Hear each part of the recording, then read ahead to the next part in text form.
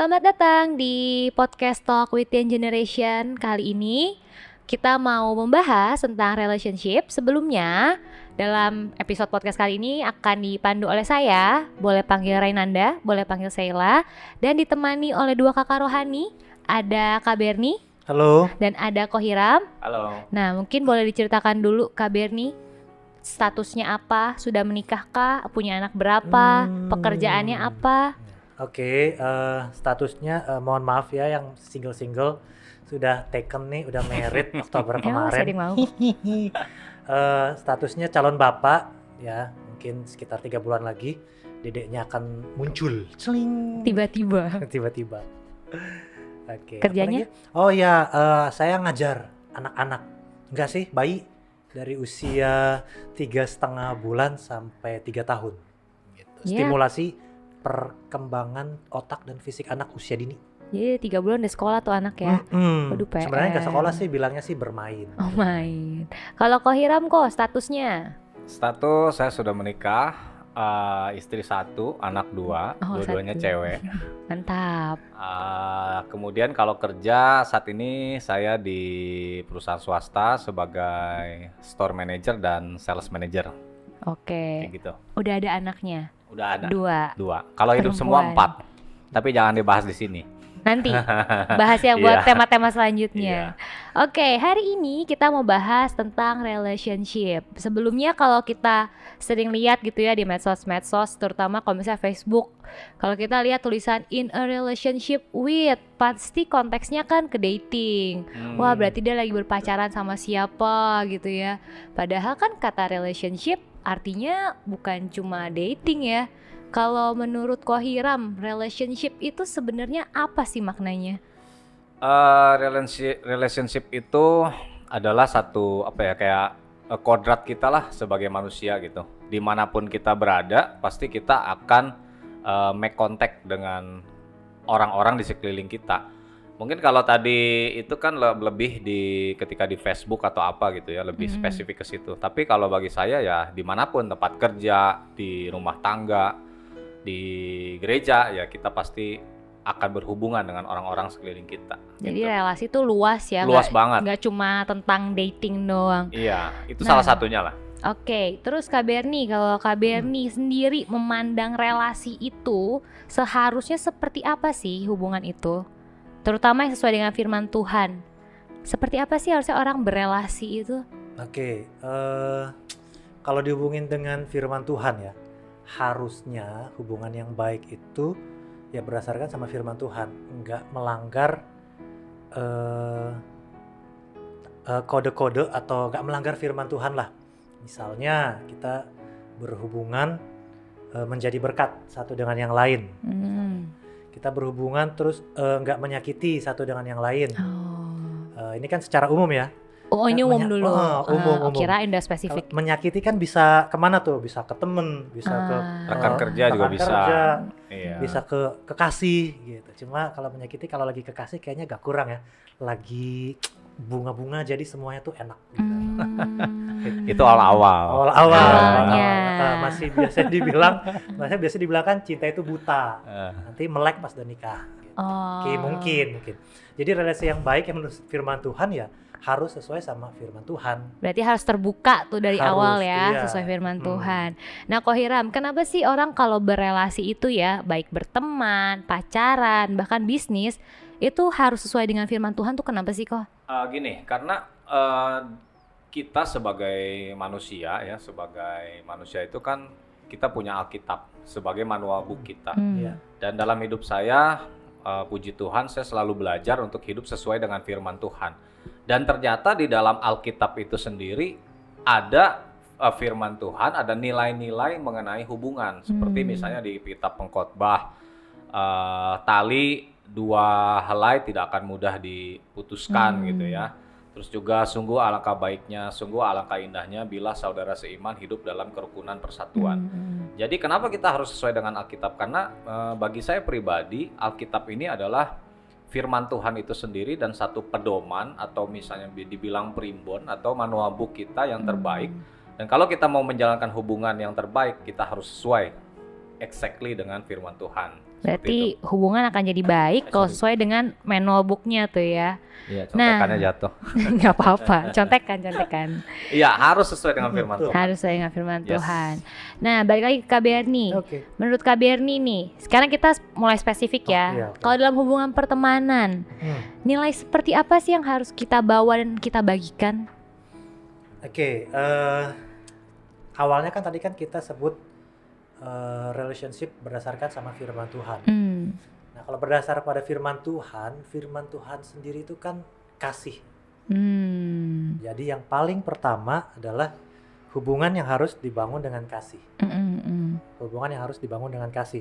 Kenapa? Karena di 1 Yohanes 4, sekarang kita mulai lihat-lihat Alkitabiah. Biar contekannya kepake.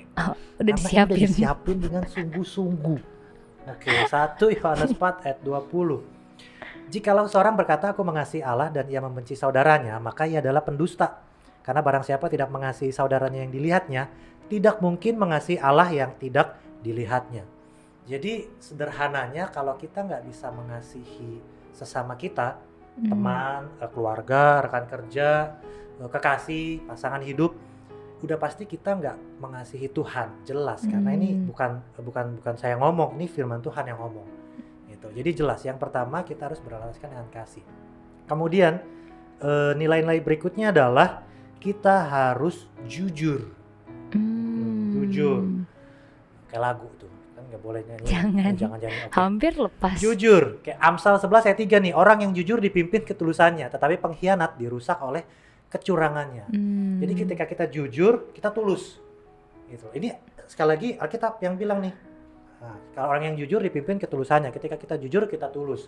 Kita tulus sama rekan-rekan kerja kita, sama teman-teman kita. Nggak cari muka sana sini, terima apa adanya gitu. Terus ya jujur yang paling utama ya jujur sama diri sendiri dan jujur sama Tuhan Yesus. Yang terakhir itu rendah hati. Rendah hati karena di Amsal nih dibilang nih, jika keangkuhan tiba juga cemooh. Tetapi hikmat ada pada orang yang rendah hati gitu. Jadi ketika kita rendah hati, kita bergaul, berrelationship menggunakan hikmat. Hikmat itu apa ya? Pikirannya Tuhan Yesus. Seperti yang Pak Paulus sering bilang kan, hikmat adalah pikirannya Tuhan Yesus. Jadi itu keren banget ketika kita berrelationship menggunakan hikmat, menggunakan pikirannya Tuhan Yesus. Jadi 3 poin itu sih menurut saya yang nilai-nilai yang paling nggak harus ada lah dalam sebuah hubungan. Jadi 3 itu ya, kasih, jujur, rendah hati. Nah, Ko Hiram, nih aku mau tanya spesifik kalau dalam hubungan bisnis. Karena kan Ko Hiram yang udah lebih lama berpengalaman. Kalau dalam hubungan bisnis gitu ya, Ko, nilai apa sih yang paling penting selain jujur itu tadi? Dalam hubungan bisnis itu, yang pasti kan sebelum kita memulai bisnisnya, kita harus cocok dulu sama orangnya. Yaitu, jadi kalau kita nggak cocok sama orang yang kita ada dalam lingkungan bisnis kita, akan sulit untuk menjalankan bisnis. Jadi nilai-nilai yang perlu kita jalin dengan rekan bisnis kita itu ya tadi integritas ya. Jika ya katakan iya, jika tidak katakan tidak. Jadi kita harus jadi orang yang punya integritas ketika berhubungan dengan rekan bisnis kita. Entah itu dengan supplier, misalnya dengan konsumen, dengan partner bisnis kita, itu penting sekali. Karena kalau sampai kita tidak bisa punya integritas, itu akan sulit dalam menjalankan bisnis. Kemudian juga dalam membangun relasi itu kita mesti, kalau tadi kan yang Berni bagikan itu esensialnya gitu ya. Kalau saya mungkin hal sederhana seperti dalam kitab Yakobus katakan, hendaklah kita lambat untuk marah. Artinya menjalin hubungan itu jangan kita mudah tersinggung, jangan kita mudah marah gitu. Don't sweat with small stuff lah gitu. Jangan kita berurusan dengan hal-hal sepele kita besar-besarkan. Terus juga harus ada kepercayaan satu sama lain. Juga jangan terlalu banyak bertentangan gitu. Jadi nanti ketika kita menjalin bisnis dengan rekan bisnis, bahkan dengan konsumen, dengan siapapun pasti akan banyak hal yang kita tuh bisa bertentangan. Kita mesti punya hikmat, hal-hal seperti itu tuh jangan di blow up gitu. Tapi kita mesti lebih ya rendah hati, menyikapi bagaimana cara kita menyampaikan ide kita gitu ya, karena namanya dua kepala. Saat ini saya juga sedang ada bisnis, saya lagi merintis bisnis tiga kepala, saya sama 2 rekan kerja saya gitu ya. Kalau di situ nggak ada kerendahan hati ya, pengennya debat terus, gampang marah, wah itu nggak akan jalan gitu. Jadi ya saya bersyukur bahwa firman Tuhan itu banyak mengajarkan kita gitu mengenai apa yang harus kita lakukan dalam hubungan bisnis. Itu mungkin sebagian lah, tapi masih banyak lagi. Wah, ini aku belajar banget sih, karena banyak hal yang seringkali nggak setuju tuh rasanya kalau nggak didebat belum puas gitu, tapi ternyata perlu tahan-tahan juga gitu ya. Tahan dulu. Jadi semakin kita belajar ya untuk ketika ada konfrontasi itu kita ibarat cari jalan tikus lah gitu. Jadi kita iyain dulu gitu ya. Terutama untuk hal-hal yang gak terlalu prinsipil, itu ada baiknya kita cooling down lah gitu. Tapi kalau untuk hal yang prinsipil kita bisa fight, tapi caranya itu kita minta hikmat sama Tuhan gitu. Supaya segala suatu bisnis yang kita jalanin ini sesuai dengan firman Tuhan, intinya ke situ. Nah, sama tadi aku tertarik banget nih, kan tadi Kak Berni bilang nilai kejujuran, terus Ko Hiram bilang bahwa kita harus saling percaya. Tapi kan seringkali ketika kita bangun relasi gitu ya, baik berteman, bisnis atau walaupun pacaran itu tadi, kan seringkali misalnya ada hal-hal tertentu yang sebenarnya kita tahu nih apa yang benarnya, tapi menurut kita wah kayaknya nggak usah dikasih tahu ke dia deh, nanti kalau dia tahu mungkin niat kita sebenarnya baik gitu ya. Kalau nanti kita kasih tahu dia jadi kepikiran, nanti dia jadi khawatir. Nah itu gimana tuh? Kak Berni dulu deh. Oke, kalau kita tahu kebenaran tapi kita nggak kerjakan atau kita nggak katakan atau kita nggak kasih tahu ke orang, sebenarnya ya itu kurang tepat gitu. Cuman mungkin kita juga mesti kita lihat gitu loh keadaannya, kondisi orangnya seperti apa. Misalnya temannya nih lagi susah, sebenarnya dia salah gitu loh, dia harusnya mengerjakan firman Tuhan, tapi keadaannya mungkin saat itu kayaknya kurang tepat gitu loh untuk kita kasih firman Tuhan mengatakan kepadamu kamu enggak gitu juga. Mungkin yang waktu itu yang saat itu dia butuhkan adalah support. Ya mungkin waktu itu yang dibutuhkan adalah dukungan gitu. Ketika dia mulai tenang, oke nih, ini udah mulai bisa nih, gue masukin ini kebenaran firman Tuhan, dia harus tahu. Pokoknya gimana caranya harus kebenaran itu harus dikatakan, harus dikasih tahu ke orang lain. Tapi jangan sampai juga jadi batu sandungan juga buat orang lain. Kadang motivasi kita baik, tapi mungkin caranya kita salah. Mungkin kita punya pengetahuan, tapi cara menyampaikan pengetahuan kita tuh kita tidak berhikmat gitu ya. Itu juga mungkin kurang tepat sih menurut saya. Berarti itu lagi tadi ya, balik lagi ke hikmat itu ya. Berelasi itu kita perlu hikmat untuk baca situasi nih, kapan waktu yang tepat. Nah, kalau tadi kita ngomongin nilai-nilainya nih yang bisa kita bawa. Nah, sekarang orang seperti apa, karakteristik orang seperti apa sih yang bisa kita jadiin teman atau jadiin partner bisnis atau jadiin pasangan. Ko Hiram dulu deh. Karakter orang seperti apa sih kok yang cocok? Kalau saya nih ada, saya baca aja ya supaya nggak miss. Monggo kok. Jadi sebenarnya teman terus rekan bisnis itu kan terus kemudian bicara pasangan hidup tuh seperti ada jenjang ya. Makin yang tadi saya sebutin makin tinggi tingkatannya gitu. Nah, saya ambil dari yang idealnya gitu ya. Idealnya bicara ya jelas orang yang sudah lahir baru. Diperlengkapi dengan nilai kerohanian. Karena hubungan itu pada intinya adalah berbicara mengenai spiritual value yang kuat. Itu yang akan bisa mempersatukan dua pribadi gitu. Kalau nggak ada spiritual value itu udah pasti lama-lama rontok lah gitu ya. Kita tahulah di luar sana banyak orang yang bercerai gitu kan. Kenapa ya? Karena spiritual value-nya sangat lemah. Mereka cuma lihat dari sisi fisik gitu kan. Terus kalau di bisnis ya sama. Sebisa mungkin rekan bisnis itu punya spiritual value yang sama. Kalau udah beda, wah itu udah susah sekali menyamakan. Teman pun gitu. Kemudian setelah itu punya spiritual value dan memiliki kerinduan untuk bertumbuh secara rohani, terutama pasangan hidup ya. Sekali lagi jenjangnya makin ke bawah makin rendah, tapi yang terutama pasangan hidup harus punya kerinduan untuk bertumbuh secara rohani. Kemudian juga dalam hubungan itu penting sekali ada terutama pasangan hidup ya, ada pihak ketiga gitu, dalam arti pembimbing rohani. Oh, kirain pihak Bukan. ketiga kan. Pihak ketiga pembimbing rohani. Iya, itu penting sekali. Saya sudah ngalamin dan terutama di kasus-kasus atau masalah-masalah yang sangat berat gitu ya, di mana saya A, istri saya B. Wah, itu udah repot. Saya merasa benar, istri saya merasa benar. Itu perlu sekali pembimbing rohani. Yang selanjutnya adalah orang yang mau berjemaat dan setia untuk melayani. Gitu. Sama-sama jadinya Sama-sama, ya. harus saling support gitu. Nah, itulah kalau menurut saya orang yang siap untuk menjalin hubungan. Wah, berarti Kayak gitu. spiritual value itu penting banget ternyata ya. Extremely important, Baik sangat amat penting. berteman pun ternyata itu penting ya. Penting banget ya, benar. Karena kita kan sebenarnya bisa milih siapa aja kita yang buat jadi teman kita, partner bisnis kita bisa pilih. Kalau udah bertolak belakang dari spiritual value-nya, akan sangat sulit untuk menjalani hubungan gitu. Betul sih, betul. Karena prinsip-prinsipnya aja udah beda, pasti bentrok terus tuh ya. Iya. Contoh misal gini deh, rekan bisnis ya. Kita nanti kan bangun bisnis, kita bakal punya karyawan. Cara memperlakukan karyawan antara orang yang punya nilai firman Tuhan sama yang nggak punya, itu pasti beda banget. Dan kalau itu karyawan itu kan sangat berpengaruh kepada perusahaan. Kalau memperlakukan mereka dengan salah, pasti perusahaannya pun akan dipengaruhi oleh kinerja karyawan itu. Jadi kayak gitu aja kalau beda, wah itu udah repot banget gitu. Nah, ini aku pernah dapat satu pertanyaan dari anak-anak sekolah minggu. Ini anak-anak sekolah minggu zaman sekarang fast forward banget nih cara berpikir ya. Cepet banget tuanya kayaknya. Sampai kaget. Mereka kan pernah dengar gitu ya, maksudnya pergaulan yang buruk merusakkan kebiasaan yang baik. Yes. Tapi mereka juga dikasih tahu bahwa kita ini harus bersahabat, harus berteman sama semua orang, nggak boleh pilih-pilih teman.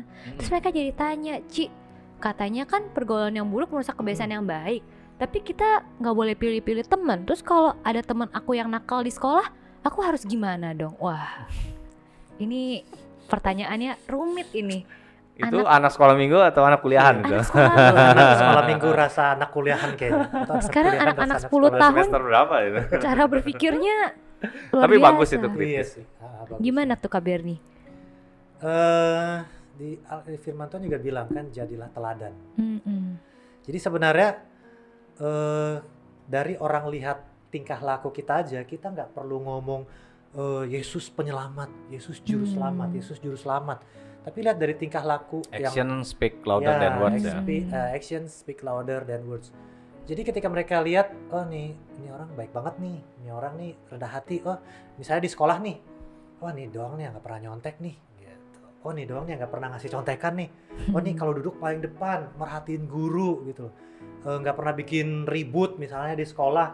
Jadi mungkin teman-temannya akan lihat gitu loh. Oh jadi ketika mereka melakukan hal-hal yang buruk, terus ketemu karakter yang seperti ini, itu mereka tuh bisa malu juga, bisa gitu. Di metode ngajar yang saya pakai, jadi metode yang kita pakai itu penciptanya bilang gini, ketika mau ngajar anak-anak, fokus sama yang udah bisa, gitu. Fokus sama yang udah nggak bisa. Yang anaknya nggak bisa nih, nggak usah, karena akan wasting time gitu. Karena akan buang-buang waktu. Sementara yang di sini tuh bisa gitu. Nah ini sama halnya ketika kita menanamkan kebaikan ke anak-anak. Jadi di metode yang saya pakai, nggak boleh ngomong negatif word ke anak-anak. Nggak boleh ngomong no, nggak boleh ngomong jangan, nggak boleh ngomong nggak boleh nakut-nakutin. Terus saya bingung. Terus gimana biar tuh anak ngerti? Kalau banting handphone ini nggak boleh gitu loh. Ini metode saya bilang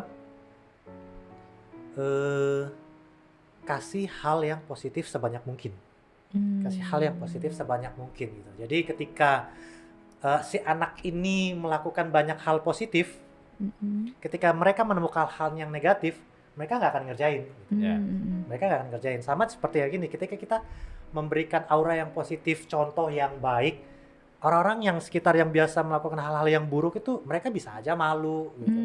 Dan yang lebih bagusnya lagi, mereka bisa bertobat gitu loh. Mereka bisa ngikutin tanpa kita sharing, Tuhan Yesus adalah juru selamat. Ayo bertobat. Jadi cukup dari tindakan dan jangan ngikutin yang buruk gitu loh. Kan firman Tuhan bilang kan tadi, kebiasaan yang buruk merusak kebiasaan yang baik. Ya udah stay aja di kebiasaan yang baik itu gitu, nggak usah ngikut yang lain. Ini nambah satu nilai lagi nih, berarti jadi nilai keteladanan itu penting juga ternyata dalam berelasi. Nah Kohiram, kalau nanti nih tiba-tiba 5 tahun lagi anaknya Kohiram menanyakan pertanyaan yang sama, kira-kira bagaimana Kohiram akan jawab?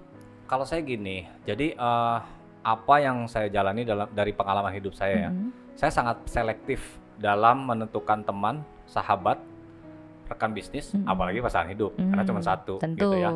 Jadi pergaulan, kalau misalnya pergaulannya buruk, kalau kita bisa masuk di situ dan seperti tadi Bernie bilang bisa jadi teladan, kita stay di situ. Tapi kalau malah kita yang ke bawah, kita keluar. Karena bagi saya pribadi, kita punya hak untuk memilih teman, kita punya hak untuk memilih sahabat, untuk memilih rekan bisnis, dan apalagi pasangan hidup gitu ya. Tentu saja itu semua kita doakan sama Tuhan gitu. Jadi harus berbuat baik, betul, tetapi bukan berarti harus bergaul. Jadi batasannya itu kita set sendiri. Ada yang menjadi teman, benar-benar teman, ada yang menjadi sahabat gitu ya. Ada yang bahkan bukan saudara kita anggap saudara, yaitu semuanya ada di hak kita gitu. Jadi jangan sampai kita harus berbuat baik sama semua orang. Iya betul, tapi kita nggak harus bergaul dengan dia. Kalau seperti tarik tambang lah ya. Kalau kita rasa menang, kita tarik terus. Tapi kalau kita rasa kalah, kita lepas dong talinya. Sama juga pergaulan gitu. Kalau kita malah ke bawah jadi buruk, kita tinggalin. Dan saya udah lakukan itu dalam hidup saya gitu. Dan semakin saya merit, pergaulan saya tuh udah semakin sedikit gitu.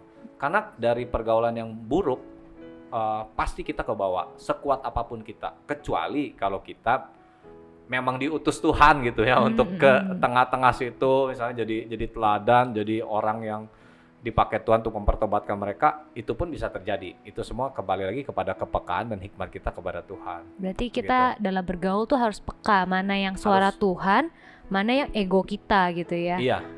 Nah selanjutnya kita mau bahas tentang waktu. Nah ini sebenarnya kayak lebih spesifiknya lebih ke pasangan hidup nih kayaknya. Semua yang ada di sini dengar? Ya, dengar ya. Ini topik yang tidak pernah out of date. Iya, ini spesifik. Aduh, untung saya udah nikah. Untung aja. Nah, kapan waktu yang tepat untuk kita bangun satu hubungan, terutama ini pasangan hidup? Apakah ada indikatornya tertentu? Misalnya cowok-cowok biasanya kalau saya udah punya rumah sendiri, berarti saya udah ready bangun hubungan. Atau kayak cewek-cewek biasanya kalau dia udah puas main sama temen-temennya, berarti dia ready untuk bangun hubungan. Ada nggak sih indikatornya, Kak Bernie? Oke. Indikatornya kalau misalnya apa ya? Untuk masalah waktu nih, kalau dengan alasan yang akan saya bilang ini waktunya relatif jadinya. Jadi saya kasih tahu dulu alasannya adalah kalau masalah pasangan hidup harus pastiin pertama ya dia beda kelamin. Kadang ya, makasih jawabannya. Kadang itu kita penting banget. Kadang kita ya tadinya saya pikir ini lucu ya. Ini pasti ntar satu studio bakal lucu nih, satu ruangan bakal lucu nih ketawa gitu. Cuman lama-lama saya pikir dunia ini mengiyakan gitu loh. Mengiyakan, dan kita sebagai orang-orang yang memegang firman Tuhan harus straight sama yang kayak gini, nggak boleh main-main. Nah, kedua kita harus tahu nih, apakah calon pasangan kita ini, apakah dia termasuk kita sendiri udah tahu panggilan Tuhan yang harus dikerjain itu apa? Setuju. Jadi kita fokus nih. Nah kalau ngomongin masalah panggilan Tuhannya udah tahu apa enggak, ini relatif gitu loh ya. Ada yang umur 20 tahun nih, wah nih udah straight banget nih melayani Tuhan panggilnya. Ada yang lama banget umur 40 baru dia sungguh-sungguh. Itu kelamaan kayaknya. Kita kurangin 40, 39. Oke lah. Jadi intinya dia, pasangan kita termasuk diri kita nih, harus udah tahu dulu Tuhan panggil lu nih mau kemana, apa yang mau kerjain. Kalau fokus itu udah ada, jadi nanti kita bisa jalan sama-sama sama pasangannya nih. Karena gini, nanti tunangan mikirin, aduh tunangan keluarnya duit gini, berdoa, Tuhan gue minta duit buat tunangan gini-gini. Fokus doa kita buat tunangan, bukan buat jiwa-jiwa, bukan buat menyebarkan firman Tuhan. Terus nanti mau nikah, aduh Tuhan tolong gue mau nikah, ini mahal banget gedung catering belum dibayar Tuhan. Terus puasa cuma buat memenuhi keinginan diri sendiri. Fokusnya untuk melayani Tuhan lupa gitu. Karena itu akan terus naik tuh. tunangan butuh ini, nikah butuh ini. Ntar ada yang nikah, udah nikah ditanyain kapan punya anak, Tuhan gue pengen punya anak gini-gini nih. Jadi buyar gitu loh, fokusnya melayani Tuhan tuh buyar. Nanti kalau udah punya anak beda lagi, kapan nambah. Ntar udah punya rumah, pengen punya ini, pengen punya itu, anaknya udah sekolah, bingung duit sekolah mesti bayar, mau sekolah yang di mana, itu bakal ngebuyarin fokus sama Tuhan. Nah, berdasarkan pendapat saya nih, kalau dibilang waktu jadinya agak relatif gitu. Tapi kalau misalnya dibilang waktu sih saya kurang bisa ya untuk ngejawab masalah waktu gimana. Cuman ukurannya itu. Dan yang pasti alasan yang lain ya paling tidak untuk yang pria ya udah punya pekerjaan tetap lah gitu. Jadi anak orang jangan dikasih makan cinta doang, nggak kenyang dan akan terus kelaparan gitu. Cinta nanti buyar, kelaparan pisah, repot. Ya, cinta tidak harus bisa punya dimakan. kerjaan tetap, visinya ke depan tuh jelas gitu loh.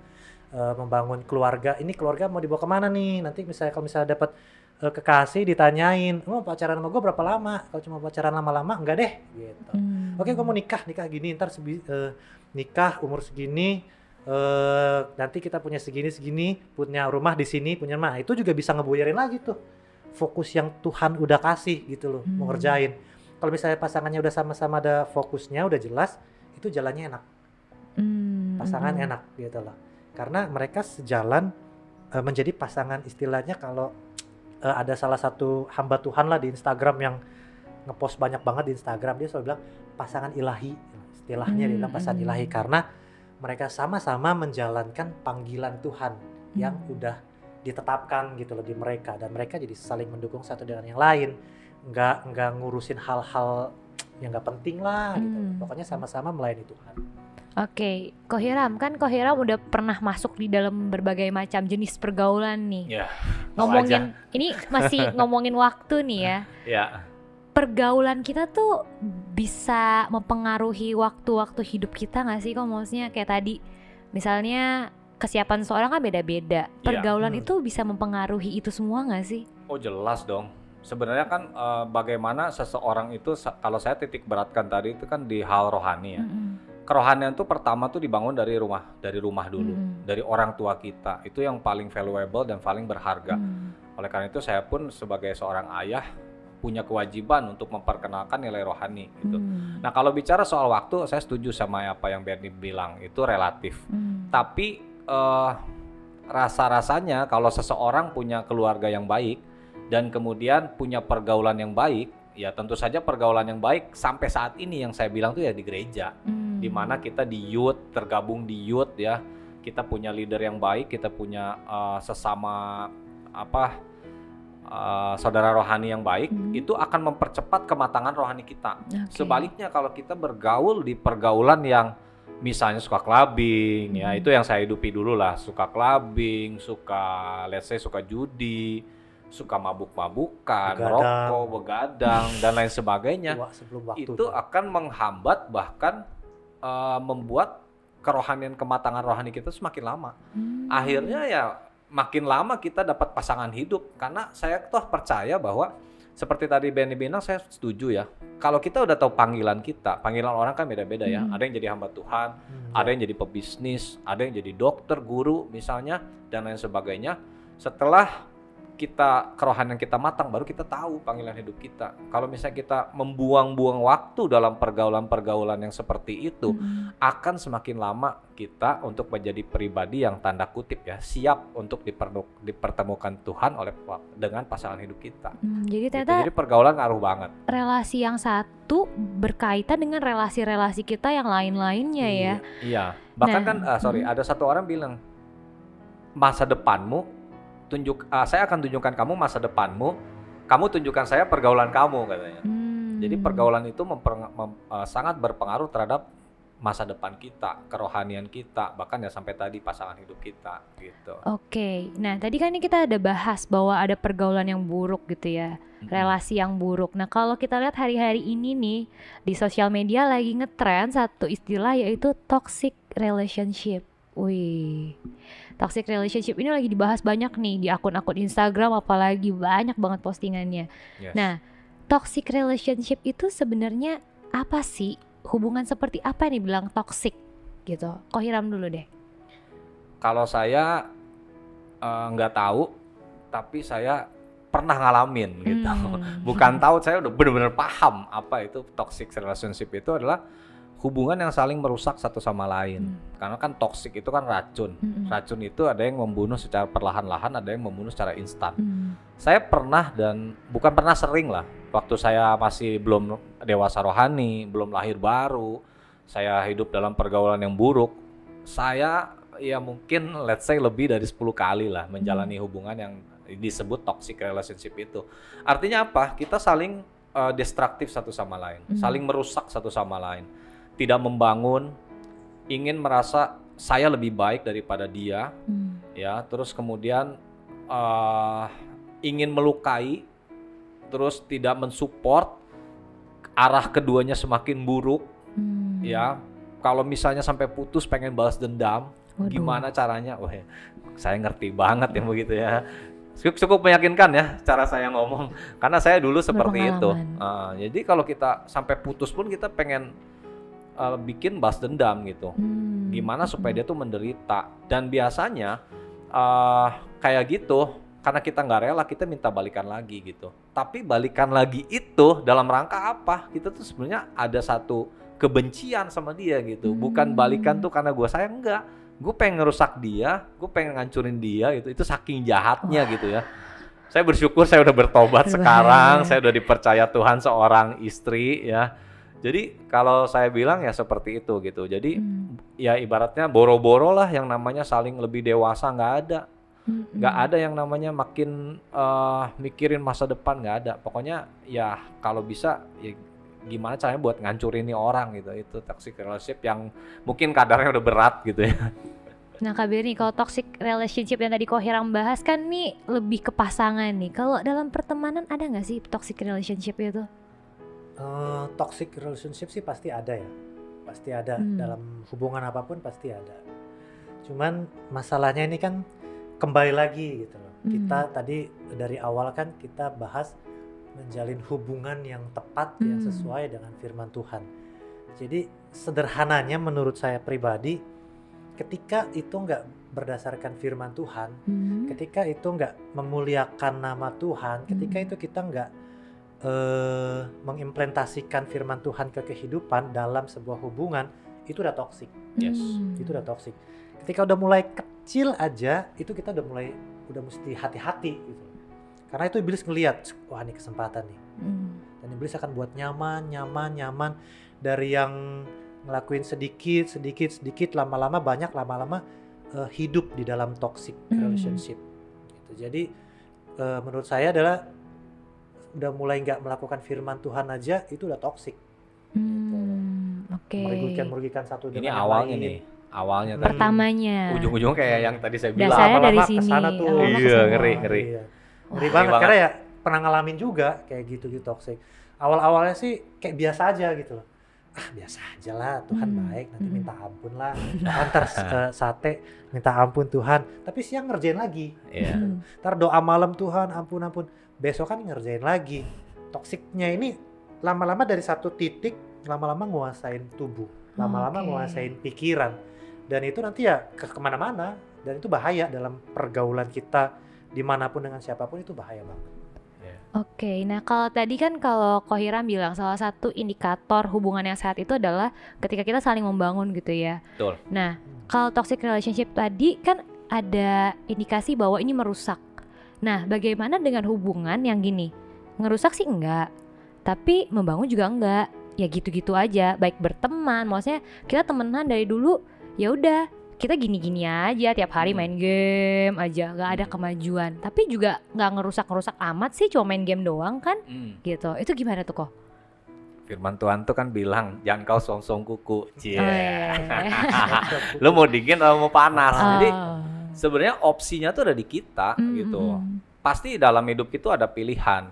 Mau yang hancur sekalian, mau yang pertengahan atau yang baik. Nah sebenarnya kan saya bersyukur ya bahwa pekerjaan saya pun sampai saat ini beberapa kali saya pindah kerja itu dari pergaulan gitu, dan saya selalu selektif dalam pergaulan saya.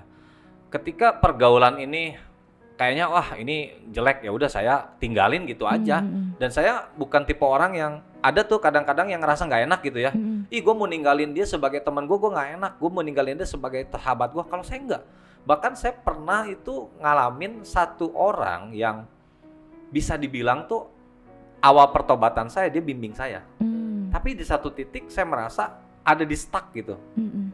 Naik enggak, turun enggak, di tengah-tengah saya tinggalin. Dan itu puji Tuhan hasilnya baik.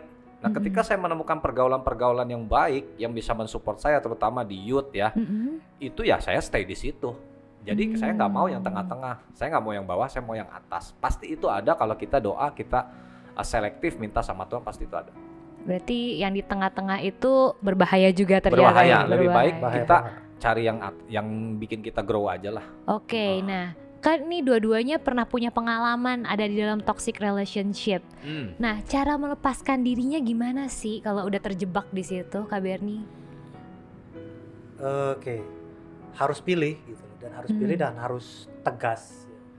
Harus kalau mau keluar.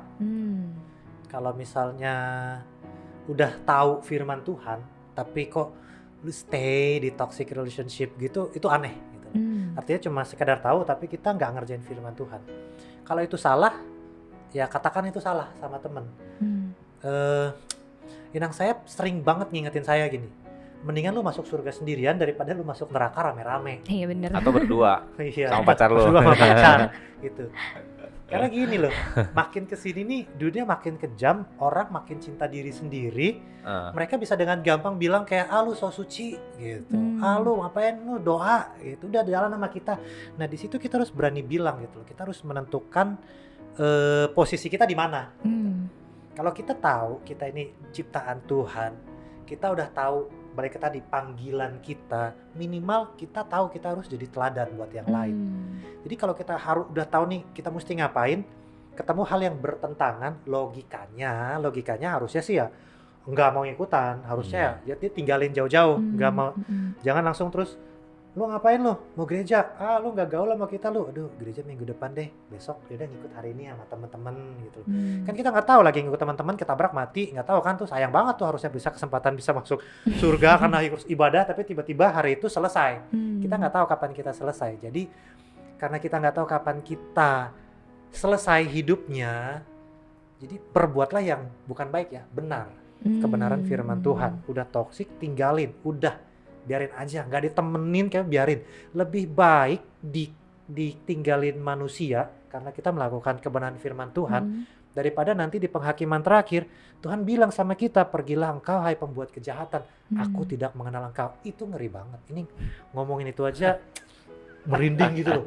Karena saya ditinggalin termasuk Tuhan ya. Iya, karena saya termasuk orang yang imajiner.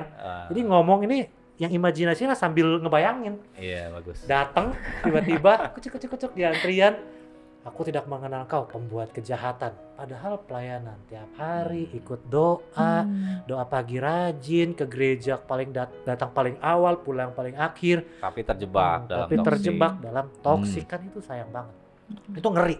Perbilang kau, aku tidak mengenal engkau, hai kau pembuat kejahatan. Nah itu ngeri banget. Nah, berarti kan kalau kita mau keluar dari toxic relationship, kita harus ambil keputusan yang tegas. Iya, kalau saya tambahin sedikit mungkin ya. Itu kan dari diri sendiri ya, itu benar banget. Tapi kadang kita sendiri nggak menyadari gitu. Saya sendiri pernah, dan kita sama-sama nggak mau lepas. Nah, saya tambahin sedikit aja bahwa penting sekali ada pihak ketiga, sekali lagi ya, bukan pelarian ya, pihak ketiga. Sama aja lu toksik berdua pindah ke yang lain, lu sama-sama nyebarin racun gitu kan. Akhirnya saling meracuni, tapi itu pernah terjadi juga dalam hidup saya gitu. Yang penting kita punya ya pihak ketiga, apa pembimbing rohani. Itu penting banget loh. Apalagi yang ini dengar podcast ini ya, yang ngerasa oh saya nggak perlu dibimbing. Wah, itu salah besar gitu. Karena saya pernah gitu ngalamin toxic relationship, dan akhirnya pembimbing rohani saya bilang gitu bahwa saya melihat kalian ini tidak saling membangun gitu. Bahwa artinya lebih baik kalian masing-masing aja gitu kan. Itu lebih baik ya, namanya dulu saya kurang punya ketaatan dan saya akhirnya menentang gitu. Tapi saya terusin, ternyata benar. Yang kedua, gimana sih caranya lepas? Jenuh dengan sendirinya. Saya akhirnya benar-benar jenuh gitu, kayak going nowhere gitu, nggak tahu kemana, akhirnya lepas gitu. Jadi mungkin ya itu, kita punya pembimbing rohani yang bisa doa, berjaga-jaga atas jiwa kita, bisa melihat bagaimana pertumbuhan kita ketika kita sedang menjalani hubungan. Gitu sih. Berarti yang penting taat ya. Karena penting banget. Seandainya taat dari awal kan gak buang-buang waktu sekian lama sampai jenuh kan. Nah, makanya kita penting banget punya pembimbing rohani yang kita percaya. Nah, kalau misalnya pembimbing rohaninya misalnya ya modus, taunya nyuruh kita stop, taunya dia yang nikung. Dipepet. Siapa tahu loh, ya kan, namanya anak muda kan bisa aja. Bisa itu bisa banget. Bisa aja. Nah, makanya kita mesti punya pembimbing rohani yang kita percaya banget gitu. Kita komunitas rohani juga dia. Mungkin kali kok ya. Iya, betul. Komunitas rohani yang sehat. Yang sehat. Oke. Nanti mereka kan juga bisa nilai kita, kasih pendapat gitu. Nah, berarti ini ada hubungannya dong dengan intervensi gereja dalam hubungan kita sehari-hari dengan orang lain gitu ya. Yes. Dengan relasi kita.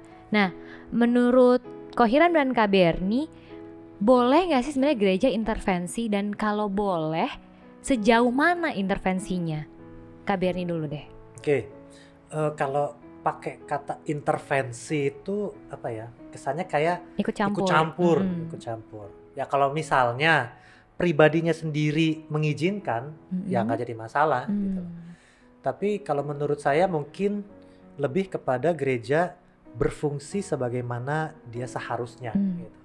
Memberitakan firman Tuhan dengan sebenar-benarnya, memastikan jemaatnya itu tumbuh, bukan hanya secara jumlah tetapi secara kualitas rohani gitu. Jadi itu yang harus gereja kerjakan, menyampaikan kebenaran firman Tuhan yang sebenar-benarnya.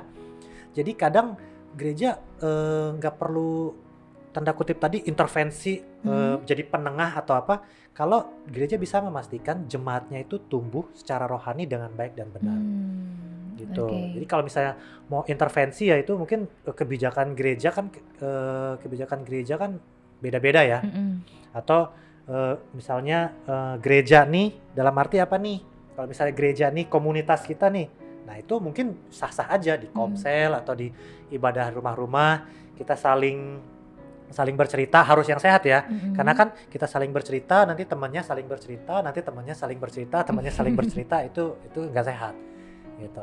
Kayak tadi misalnya gereja punya pembimbing rohani, mungkin gak intervensi tapi dia memaksimalkan fungsinya sebagai pembimbing rohani, menanyakan gimana kabarnya, gimana kamu saat teduh kamu, gimana jam doa kamu punya pacar barunya gimana, bahwa kamu makin rajin gak, itu sah dan saya pikir itu harus dikerjakan gereja. Jadi seperti itu. Kalau misalnya gembala sidang menyampaikan firman Tuhan kepada jemaatnya, gembala sidang berkunjung ke jemaat-jemaat, itu yang harus dikerjakan. Mungkin model intervensi yang seperti itu kali ya. Berarti lebih mendampingi lah ya. Mungkin mendampingi, mengingatkan, memastikan bahwa jemaatnya ini bertumbuh rohani dengan baik dan benar. Nah kalau Ko Hiram nih sebagai pembimbing rohani di Favor of God Ministry, ya kan, apalagi adik-adik rohaninya muda-muda nih, ya kan, masih pada single, seger-seger. Ada satu di sini, dengarkan kakak rohaninya. Nah kalau Ko Hiram sendiri gimana, maksudnya memberikan arahan dalam membangun relasi buat adik-adiknya? Oke, kalau saya sangat setuju dengan apa yang Berni sampaikan, tetapi mungkin di tahap tertentu itu penting adanya intervensi gereja. Dan tentu saja intervensi gereja itu kalau seseorang berjemaat di situ dan meyakini bahwa Tuhan menempatkan dia di situ, dan biasanya suara gereja itu disampaikan melalui firman Tuhan. Tapi toh kalau melalui firman Tuhan juga udah nggak mempan, kadang kan gembala itu tadi, intervensi itu bisa terjadi kalau kita membuka diri atau gembala kita atau siapapun, misal majelis atau tim penggembalaan datang kepada kita untuk melakukan yang dibilang ya mungkin terlibat lah gitu ya. Nah, kalau menurut saya, kalau misalnya sebagai bentuk perhatian saya sebagai seorang gembala ya, kalau saya melihat ada jemaat saya yang sudah jelas melakukan sesuatu yang salah, saya akan melakukan intervensi di situ. Jadi kalau menurut saya boleh, sangat boleh, selama itu dalam motivasi kepedulian dan kasih kepada jemaat yang kelihatan udah melakukan misal hubungan bisnis yang salah, misalnya dia membuka tempat clubbing misalnya gitu ya, atau misalnya dia punya bisnis yang tidak sesuai dengan Alkitab lah. Sebagai pemimpin mereka, sebagai pemimpin gereja, saya harus intervensi gitu, karena itu salah, sudah jelas mutlak salah. Dan saya pernah melakukan, ada anak youth saya yang mulai menjalin hubungan asmara gitu ya. Dan saya melihat bahwa Tuhan kasih kepekaan bagi saya itu berbahaya. Karena ya saya nggak harus ceritain detail ya. Saya lihat itu berbahaya, saya langsung bilang gitu bahwa sebaiknya kalian doakan dahulu, jaga jarak dahulu gitu ya. Jangan kalian terburu-buru gitu kan. Dan puji Tuhan mereka taat gitu. Taat, dan ya itulah salah satu bentuk intervensi yang saya lakukan. Kalau saya melihat ada kepekaan yang Tuhan kasih bahwa hubungan itu, entah itu bisnis ya, kan bahkan juga ada orang yang ketika mau melakukan bisnis kan tanya dulu sama gembalanya, doain dulu ya. Jadi intervensi itu menurut saya boleh dilakukan sampai sebatas apa? Menegur melalui firman. Kadang-kadang juga kan firman tuh menegur kan itu suara Tuhan juga. Atau kita datang langsung, atau misalnya gembala minta waktu kita datang, atau sampai menyarankan untuk stop gitu. Kalau bagi saya itu, kalau saya bahkan mungkin bersyukur gitu. Kalau misalnya let's say suatu saat Pak Paulus manggil saya gitu, ngelihat ada gejala yang tidak baik gitu. Kayak gitu sih. Setuju. Oke, berarti wah, dari obrolan kita hari ini aku juga belajar banyak banget sih. Ternyata dalam bangun relasi itu yang paling penting adalah relasi kita sama Tuhan dulu ternyata justru ya. Kerohanian kita itu penting banget. Semakin kita peka dengan apa kata Tuhan, maka relasi kita sama sekeliling kita pun akan jadi baik gitu ternyata. Betul, apalagi pasangan hidup. Kepekaannya harus ditambah itu. Wah. Jangan nanti baru melek pas nikah. Pacaran kan lagi enak-enaknya tuh. Buka mata selebar-lebarnya ya. Wah. Oke, kalau gitu terima kasih Kak Bernie. Terima kasih Ko Hiram atas waktunya. Sama-sama, Sela. Obrolannya seru sekali. Nanti lain kali mungkin kita bisa lanjutin di podcast-podcast selanjutnya. Tapi kita harus akhiri dulu podcast kita hari ini. Semoga bermanfaat bagi yang mendengarkan. Dan sampai jumpa dalam podcast selanjutnya. Shalom. Shalom.